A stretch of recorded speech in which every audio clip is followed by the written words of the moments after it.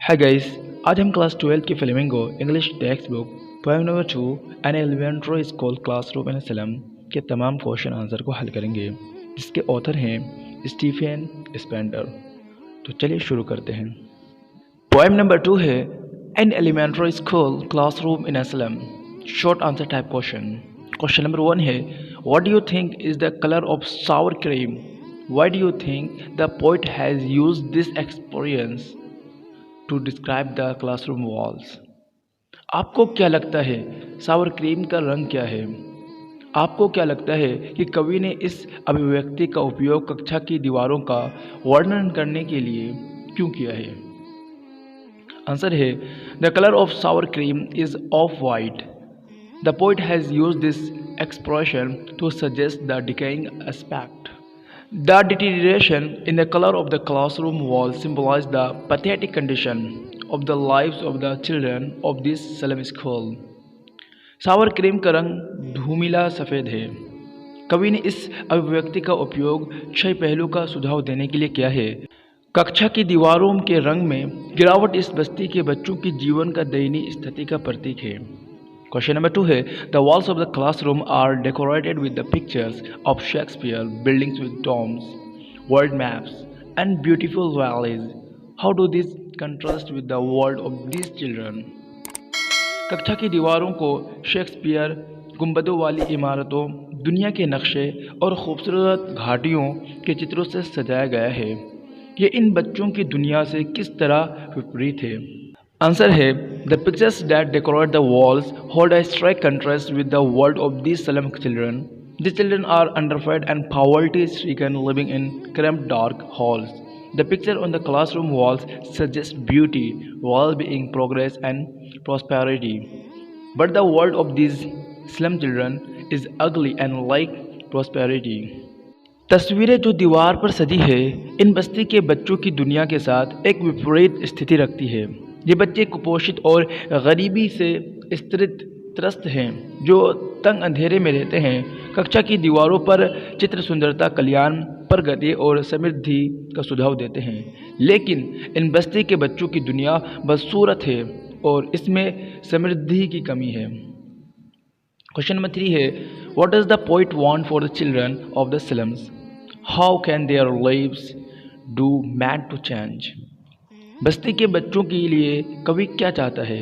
उनके जीवन को कैसे बदला जा सकता है?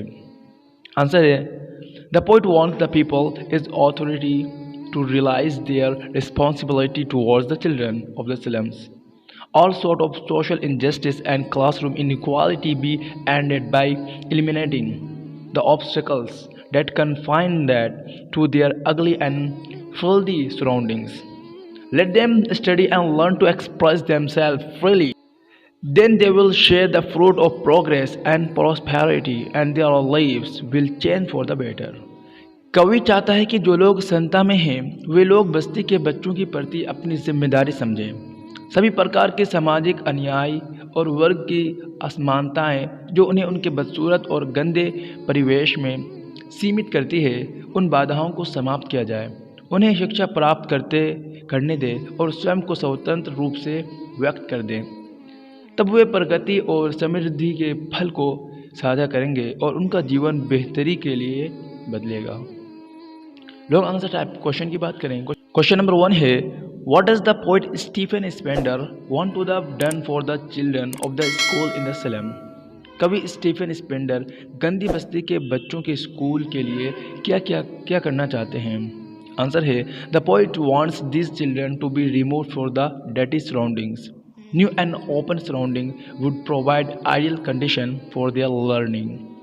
They will then learn in the world full of progress and prosperity. There will be no social injustice.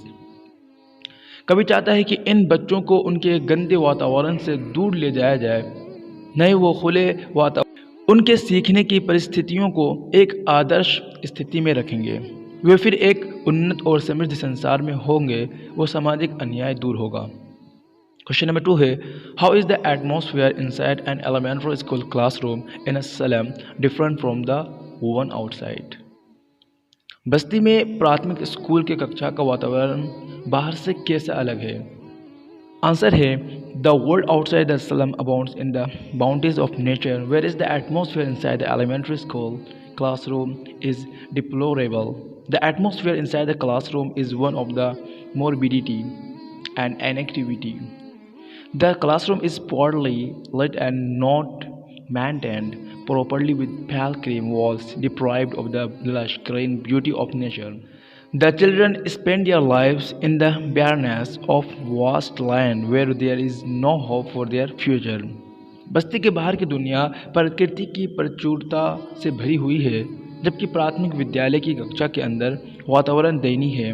कक्षा के अंदर का वातावरण रुग्णता और निष्क्रियता का है। कक्षा में खराब रोशनी है और पीली क्रीम की दीवारों के साथ ठीक से रख रखाव नहीं किया गया है। प्रकृति की हरी भरी सुंदरता से वंचित बच्चे अपना जीवन एक बंजर भूमि में बिताते हैं, जहां उनके भविष्य की कोई उम्मीद नहीं है। क्वेश्चन नंबर 3 है write central idea of the poem an elementary school classroom in a slum.